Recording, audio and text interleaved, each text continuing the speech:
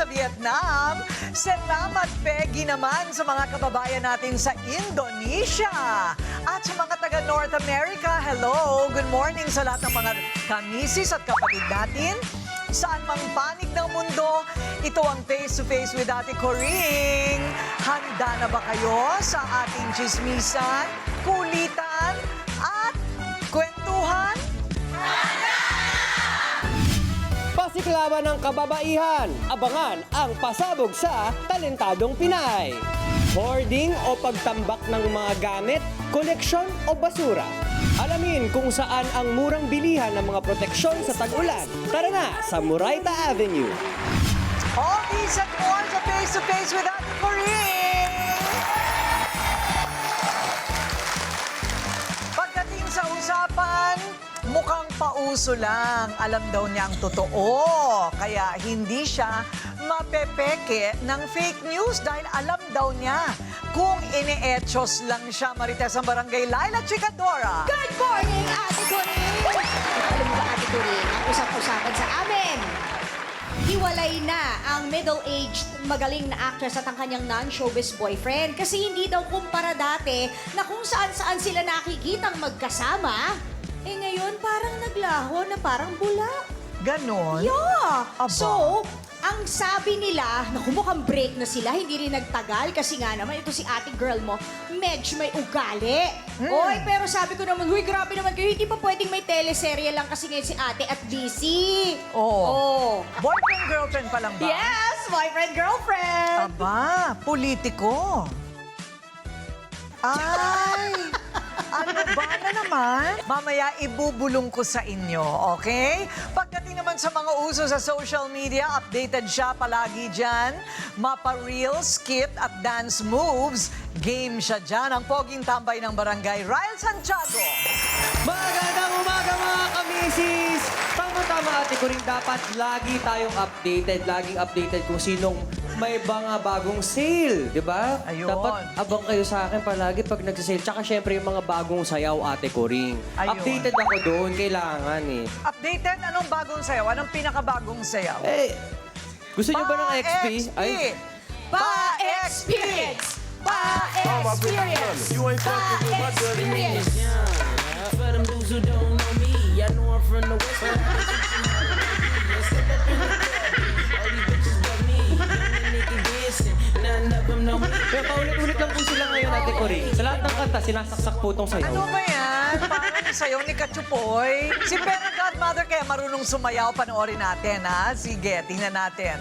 Gustong magbigay ng ligaya at ngiti sa isang stand-up comedian na nawalan na daw ng pag-asa pero deserve mabiyayaan ng 5K for you.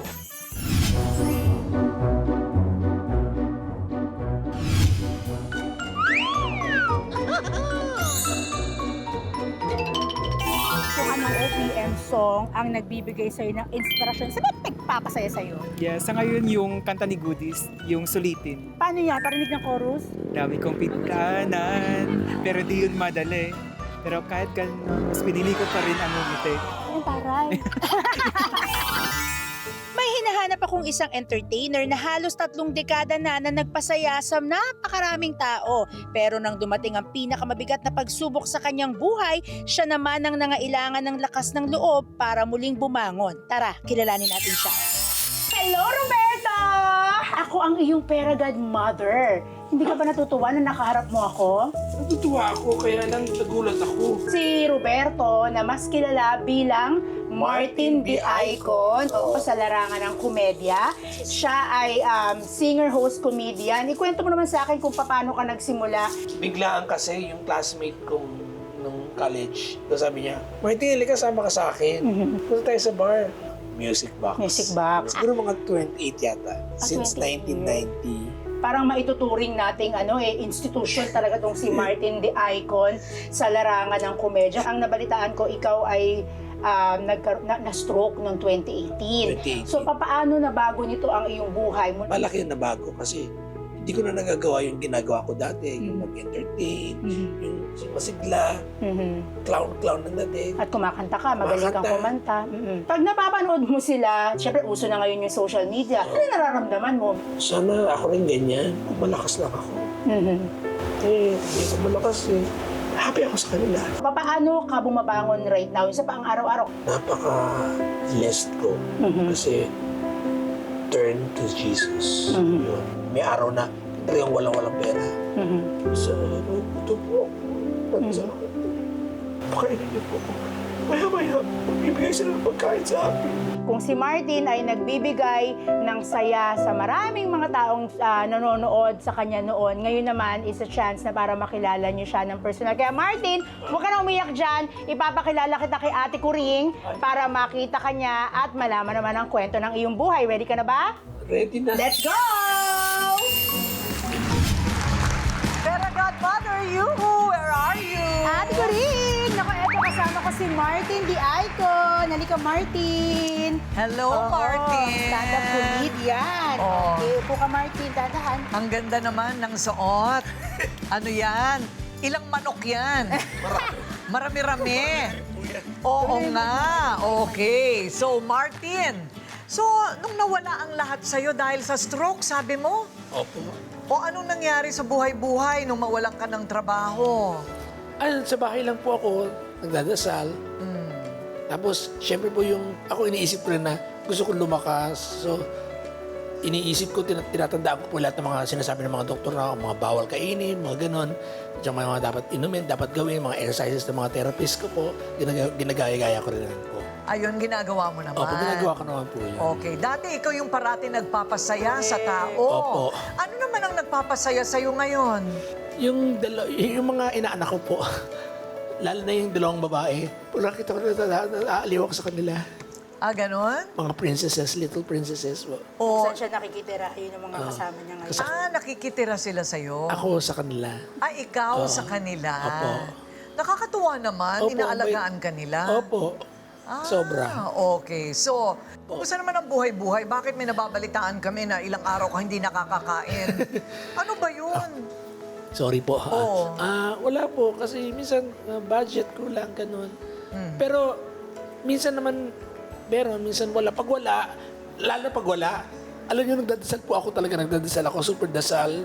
There is power sa prayer po talaga. There's power sa prayer. Oo. At saka yung lumalabas sa bibig mo, kailangan, hindi yung malas ko naman. Hindi po yung mga, hindi po negative, puro positive, puro mga good Good vibes. Good vibes po, mga Oo. only good, good vibes. So naniniwala kayo nakakanta siya ulit at some point? Yeah! Oo, yay! Kaya naman, magtaas tayo ng kamay, taas kamay, taas kamay. Taas ang kamay. Taas palakpak po. Parang Yan, ganyan po, yan. Panahon na para magsaya, yan. Forget mo na ang... Kayo rin, Para... Roll hanggang umaga. Alam niyo, ang husay niyo, palakpakan niyo mga sarili niyo. Grabe kayo. Kinikilabutan ako sa inyo. Ang 5K for you. Wow naman siya. Ano ba? Uy, oh my God. Pamaypay lang. Ate Corinne. Oo, pamaypay lang. Maraming sa ako pamaypay. Oo. Uy, pamaypay na ako. Correct. Oh my God. Thank you po, Ate Corinne. Meron tayong frozen goods reseller package para po din Wow naman. Pwedeng benta. Nakaka-touch. O, basta kailangan magpapagaling ka. Oo, magpapagaling po ako. Magpapalakas ka. Magpapalakas. Tapos babalik uli ako sa inyo, Ate At Corinne. dito ka mag-guest Oo. una sa Unang performance kong face-to-face. sumano. Ayan. Pero Godmother, sino naman ang susunod nating tutulungan? Ate Coring, araw-araw pa rin lumilipad ang iyong Pera Godmother sa Metro Manila para maghanap ng mga deserving mabiyaan dito sa 5K for you. Kaya tumutok lang! At dahil sa sakit, tumigil ang karera nga ni Martin sa entablado. Pero ngayong araw, mapapanood ninyo sa entabladong ito ang iba't ibang natatanging galing at husay ng Pinay. Ito ang Talentadong Pinay. Abangan ang unang pasabog ng galing at husay ng mga Pinay sa Talentadong Pinay. Mga kamisis, handa na ba kayo sa paandar? Pasiklab at pasabog dahil narito na ang mga Pinay na may taglay ng mga kakaibang talento na mapapahanga kayo. Sila ang mga talentado Talentadong Pinay. Ako po si Maria Branson Trubi, Magana Pinoy, 28 years old, from Navotas City. Ang gagawin ko ay magbabalanse ng mga bagay-bagay. Since 15 years old ako, extra sa pagka-clown, sa mga pyesa, birthday parties. Single mom na may 3 anak. Siguro po kung nabuhay po sila, 6 na po yung anak ko. Habang nagpa-perform po, ayun po, 7 months na po nakunan po ako.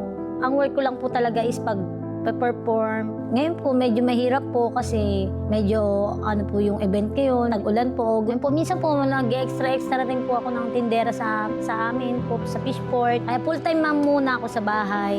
Tinitrain ko na lang po yung anak ko. Mag-balancing din po. Binabalance ko po yung anak ko. Focus po ako sa mga anak ko din, sa family ko. O lalong-lalo na sa karir ko para makatulong sa pamilya ko. Palakpakan naman dyan, mga kabisis! Para sa Supermom Talentadong Pinay ng Navotas City! Maria Ruby Pinoy!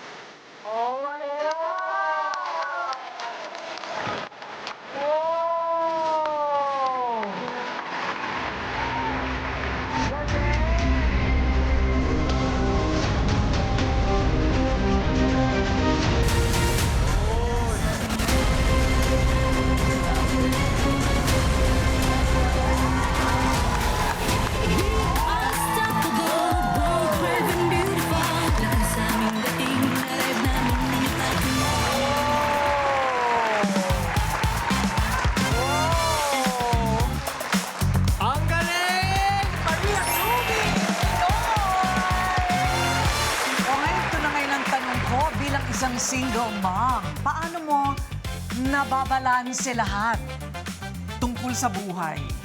At tulad po ng pagbabalance, kahit gaano karaming pagsubok at gaano kabigat yung problema, pipilitin ko pong kayanin para sa aking mga anak ko. Opo! Diba? Teka, patingin nga niyang baba mo. Ano bang meron dyan? Wala bang nguso? Yung nguso, wala Wala rin. naman. Okay, wala naman. Ano, pati hugis ng ngipin, kakaiba, oh. Hindi ba? Ano, nagkulang ba yan dahil dito? Hindi naman. Hindi naman. Ayan. So, ito talagang ikinabubuhay mo? Opo. Wow! Paano ka natuto? Bali, may mga kapatid po rin po ako, performer po. Ah, ganon. Train po kami. Ah, train talaga. Oh, napapanood ka ngayon ng anak mo. Ano naman ang mensahe mo sa kanila? Ayan, nak, dyan lang kayo sa bahay. Lahat gagawin ni Mama, lahat. Kahit gaano karami, kahit gaano kabigat, pipilitin ko kayanin para sa inyo. Ang galing! O ano masasabi natin dyan? Balansin mo naman yung buhay ko. Ang lungkot ng buhay niya, kailangan ng balanse! So ano po masasabi natin? I-balance mo naman ang buhay ko! Ang hirap daw kumita. Ayun. Actually, yung balance lang po sa bahay, hindi ko mabalance. O yung balance mo sa bahay mo at buhay mo. Mga gastusin lang po. Ay, ganon. O, di ba, Lala?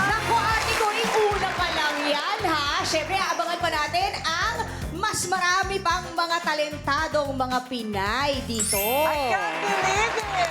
Yan, Ate Corinne, dahil ipopost po natin yan sa ating official page po, face-to-face with Ate Corinne po sa Facebook at sa iba pa mga socials. Tag nyo lang po kami. Ayan, lahat ng klaseng performance at papipiliin po namin kayo kung ano ang inyong paborito. Ayan ha, mga kamisis, alam nyo na, kaya ano pang hinihintay ninyo, ipakita ninyo na talento talaga ang nandyan na nananalaytay sa dugong Pinay dito sa Talentadong Pinay. Tambak na gamit, collection ba o basura na? Hoarding disorder. Mga bagay na may special memory, sentimental value, at mahirap i-let go.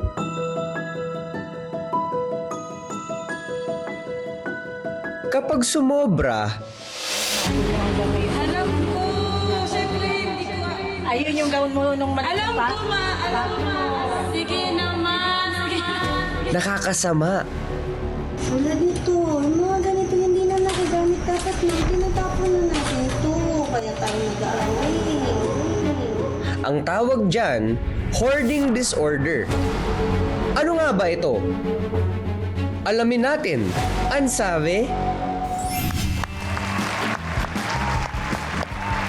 Naku, hindi matuloy-tuloy ang pagpaparenovate ng kanilang mga bahay dahil hindi daw ma-let go ang mga gamit na may sentimental value. O isa na dyan, Evangeline Lumeda. O ito naman, ang mga lumang gamit, madalas niyang pinangihinayangan. Kaya ito na rin ang kanyang mga naging pamilya, yung gamit. Ayun, pinag-aawayan nilang madalas sa pamilya yan. Lilia Langit, palakpakan ng dalawang hoarder. Naku, ano naman ang hino-hoard? Alam niyo ba kung ano yung hoarder? Yung bili ng bili, pero tinatago lang, di naman ginagamit. Inaagiw na, ayaw pang ipamigay. Yon ang hoarder. Okay, Nay Evangeline, ano po yung inyong iniipon? Mga damit po ng mga anak ko nung maliliit pa sila. Ay, hindi mo talaga. Mga picture. Ilang taon na sila ngayon? Yung panganay ko po, 37 na. 37? Yung bunso ko, 30 na po. 30? So yung lahat ng pinaglakihan nila, nandun pa rin sa'yo? May mga kanya-kanyang pamilya na sila eh. Kapag ako'y nalulungkot po at tinitingnan ko lang po yun at nawawala na po yung pag-ano ko sa kanila, pangungulila ko po sa kanila. So sobrang dami na po ba? Sobra-sobra na yung dami? Eh, gusto nga po ng anak ko, pamimigay na po. Oo. Eh, sabi ko, yung iba dyan, yung mga gown, at saka yung mga ano ng ate mo, at saka mga picture ng mga kuya mo, mga beaches, huwag niyong ipamigay.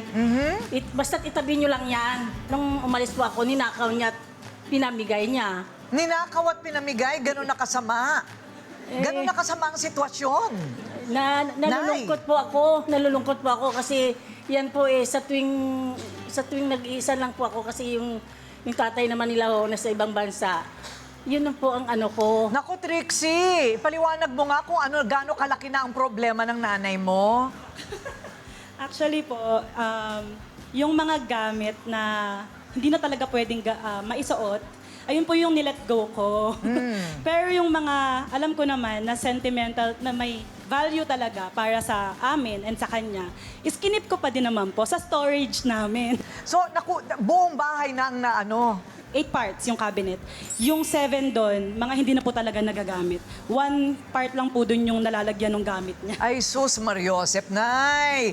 Baka biglang may sunog, lagot tayong lahat. Lilia, ikaw naman. Ano naman ang iyong favorite na kolektahin? Yung mga, ate ko rin yung mga disposable na Tupperware. Disposable Tupperware? Oo, talaga. O tapos? Madalas mag-uwi mga anak ko ng food. Ang gaganda ng Tupperware. Okay. Ililinisin ko siya, pero itatabi ko siya sa cabinet. Totoo ba? Ngayon, nakita ng mga anak ko, Ma, anong ginagawa niya mga yan dyan? Wala kayong pakialam sa cabinet na yan. Huwag niyong pakikialaman yan. Okay. One time, yung anak kong panganay, tinapon lahat. Wala akong alam. Pagtingin ko, asan na yung... Umiyak talaga ako. Ay? Iniyakan ko siya. Bakit nawawala? Ma, hindi yung pantago, pantapon yun, di ba? Sabi ko, hindi nyo dapat pakialaman ng cabinet na to. Akin to, akin to. Naku, parang linya sa pelikula. Akin to, akin to. Oh, si Justin nandito para ibuko si Lilia. Justin? Sabi ko nga po, disposable yan, ma. Ibig sabihin, itapon na natin ang ginagawa ko po Ate Kuring. Bibigyan ko pa ng pera yan. Para lang pumayag na itapon na. Okay. Tapos, papalitan na lang. Kino-convince talaga namin siya. O, so ngayon, hindi pa rin nyo ma-convince. Sabi ko, excuse me, Ate Coring, no? Sabi ko, ibigay niyo yung pera. Pero wag niyong pakialaman ang laman ng cabinet. Kaya, Yung pera, ginamit Eto pambili po ng ngayon, bago. isa pang kwento, Ate Coring, no? at may kwento ka pa. Yes. Teka muna. Preno muna. Opo. Sa pagbabalik na lang natin, Okay sandali po. lang ha. Okay. Next na! Usapan sa hoarding disorder. Sasagutin ng ating eksperto. At pilihan ng proteksyon sa tagulan sa Moraita Avenue.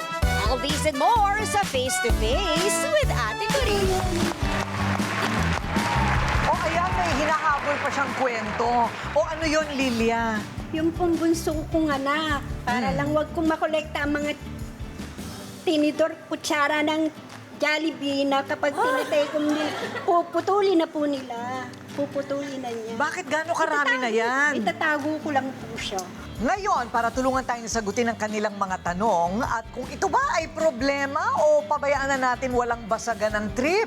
Nandito ngayon, psychologist Archie Lawrence Heneta. Hello, sir! Good morning po, Doc. Ms. Corina, the members of the audience.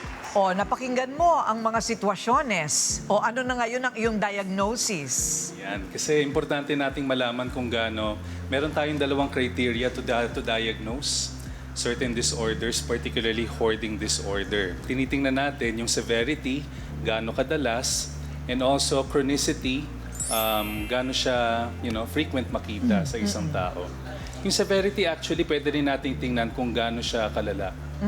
Yung behavior na ginagawa natin. Importante tingnan po dito, hindi yung tao ang kailangan natin pagtuunan ng pansin kung hindi yung behavior. Ngayon po kasi, ang hoarding disorder, kapag excessive na yung pag-iipon, minsan wala nang halaga pero iniipon pa rin and for the longest time, maybe for 1 year or more, ganito yung klase ng behavior, pwede nating tingnan at suriin yung clinical criteria ng hoarding disorder. Ayun, oh. Yes, So, kaya- so it is a disorder. Meron pong disorder At na what hoarding point? disorder. Kasi may collection ka rin, Ryle. Ano Yun po collection itatanong mo? ko, Ate Coring, kasi ako, Doc, mahilig ako mag-collect ng mga bagay-bagay, mga superhero.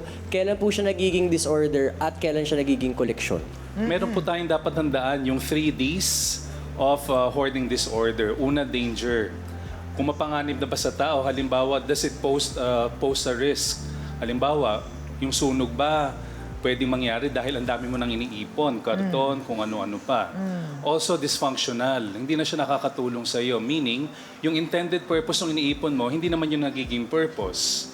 At pangatlo, yung tinatawag na dignity. Kumbaga, yung pakikipagkapwa, apektado na kasi nahihiya ka na rin.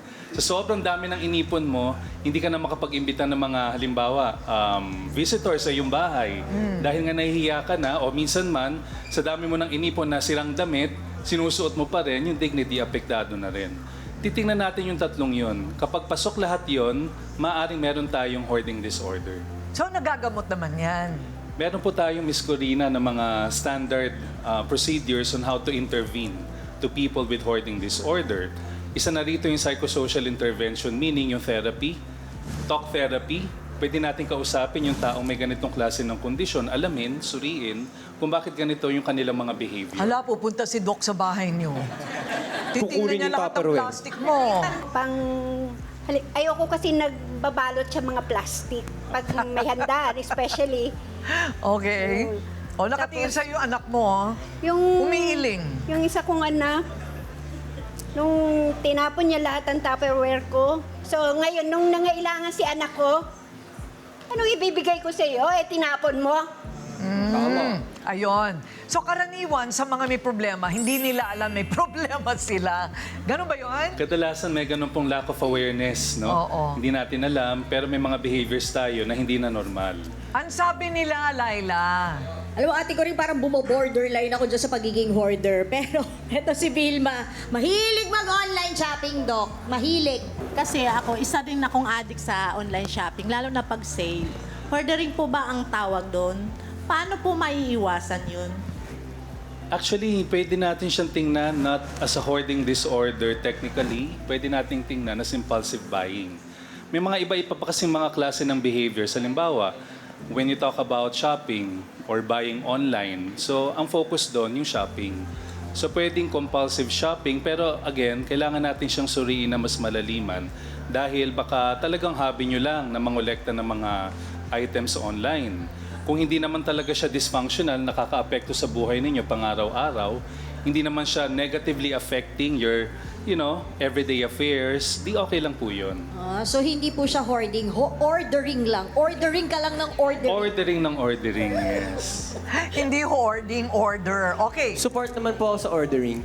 Okay. Pero ito po, may mga nakaka-relate po online. Sabi ni Jasmine Marquez Alvear, yung tatay ko, kung hindi pa nagkasakit, hindi pa malilinis yung kwarto.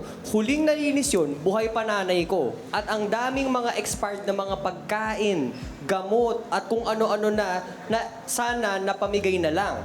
Kakahinayang yun, nasayang talaga lahat. Ito pa, sabi ni Carl, naalala ko yung lola ko, sa sobrang paghihinayang niya magtapon ng gamit, punong-puno yung bahay nila ng gamit na hindi naman kailangan.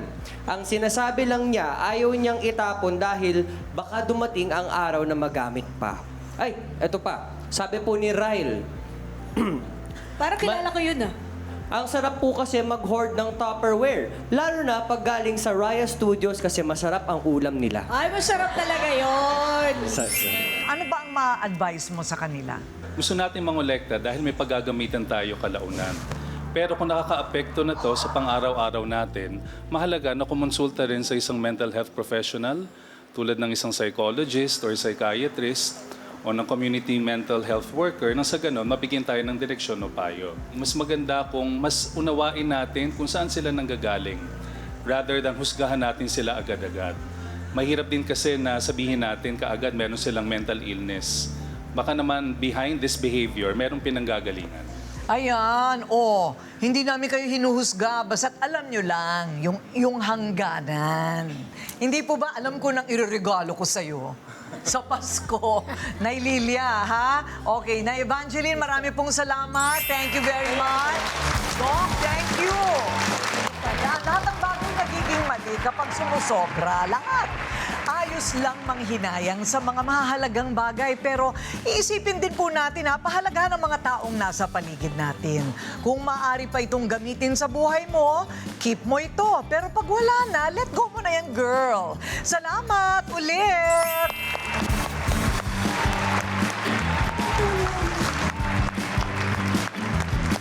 Ngayong panahon ng tag-ulan, dapat palagi tayong handa mga kamisis. Dapat handa kayo sa malakas na hangin, bagyo, baha. Kaya naman, handa na kaming isama kayo kung saan mura ang mga gamit para sa tag-ulan. Babaha ang sale dito sa Murayta Avenue.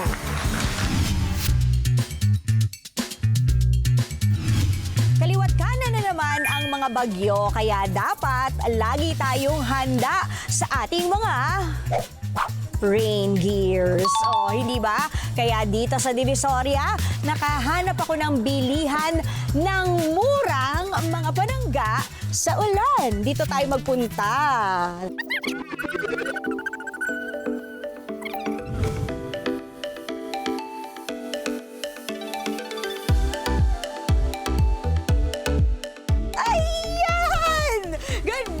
Sir Philip! Alam nyo, sa totoo lang ha, Ate Kuring at mga kamisis, ito talaga ang go-to store ko. Para siyang si Vilma Santos. Dahil for all seasons ang kanyang tinda. Diba? So ngayong tag-ulan at malapit na ang Pasko, medyo may mga display na rin siya. Pero syempre ang target natin ngayon, Sir Philip, ay ang mga murang bilihin ng mga raincoat. Payong. Yan, at bota. Bota po. Okay, question. bakit mura yung mga tinda mo? Kaya yan mura kasi kami mismo yung nagpaparating nito at saka volume kami kumuha ng mga product na to. Kaya siya mura namin nabibenta. Ganda. Pero may kalidad naman. Oo, ay ito nga eh. Naku, ako pa ba?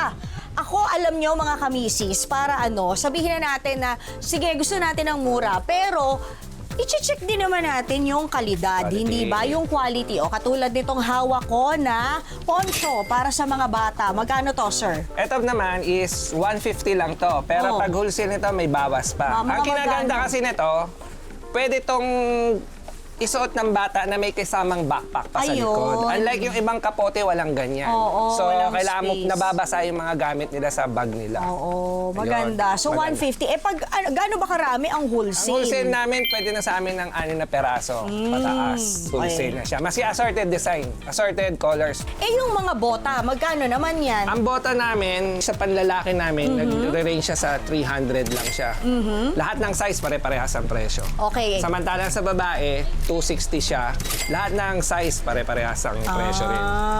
Ang payong, magkano naman ang mga payong? Yung pinakamura. Ang pinakamura namin payong is, ito po. Ay, ito 3 po. folds ba yan? 3 folds na Oh, payong ganda. siya. 50 pesos lang po siya. Yung Nylon na siya, nylon. Sandali. Wait lang. Parang, ano ba ito? Hindi lang siya kulay orange, ha? Ha? Pero letter R. Oo nga, parang kilala ko to eh. Ikaw ba, Ate Corinne? Kilala mo ba to? Magkano to? Ito po is 250 lang siya. 250 lang. Pero pag binili mo to, yabang mo. may libre kang kotse. Talaga? Laruan na. Parang mas malapit to sa realidad, Ate Coring. Ito muna yung bibilihin ko, tsaka na yung sasakyang magarbo. Para sa mga para sa mga nagmomotor. Ayan. Sa mga nagmamotor, meron Okay. kaming poncho na may reflectorized na. Tapos dark color pa kasi Okay. para hindi matalsikan ng mga putik. Oo. Ganon. Free size na rin siya. Pwede matangkad, malaki, maliit, pasok lahat. Ito ang paborito ko, sir. Dahil kapag ako naman ay reporter or news correspondent mood, gumagamit talaga kami ng ganito. Maniwala kayo at sa hindi po ito jacket or raincoat. Ang tawag po dito ay fisherman's boots kasi bota siya at andun ang dulo niya hanggang dibdib. Sir, maulan. Apa. Ang traffic dito sa Divisoria Oo nga. Paano yun? Pwede ba naming orderin na lang tapos papadala? Pwedeng mag-iwan ako ng contact number namin, tapos chat nyo lang ako. Pwede natin ipa-ano sa mga mga rider, nagde-deliver.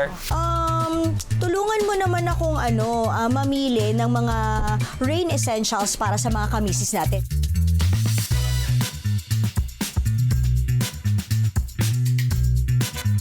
Ayan! Kompleto na! Let's go, Sir Philip! Yay! Ate Corinne! 50 pesos lang to!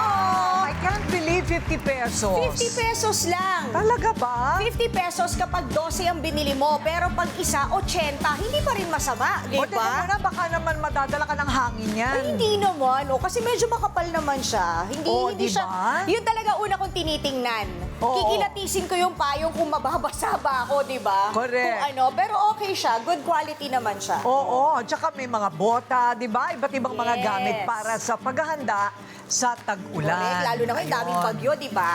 Ayun. Oo. So, iba-ibang design. At ibibigay natin ito sa audience. Yes, everybody! Ayan na. O, di ba, may pakain na kami. Meron pa kaming Oo, papayong. Di ba nakaka-happy? Kayo kaya, kailan kayo siswertihin para makarating dito sa amin? Sa mga nanonood sa bahay ha, kung gusto nyo maging part ng studio audience namin, i-scan mo na ang QR code na nasa screen ngayon. Correct! Scan na at hintayin ang mensahe ng aming staff para sa kumpirmasyon. See you soon, mga kamisis! Kwentuhan bukas, mapapa-whistle ka sa husay ng Queen Biritera sa Talentadong Pinay. Pagsasamang may isa o walang anak, D-I-N-K or D-I-O-K. Pag-uusapan, ihain na ba yan? Mali! Baby Bibo maghahain ng putahe. At ito ang Face to Face with Ate Corinne. Harap Usapang walang iwanan. Face-to-face, issue ay harapin. Face-to-face, solusyon ay hanapin. Face-to-face, problema ay ayusin. Sa tulong ni Ate Cory. Face-to-face,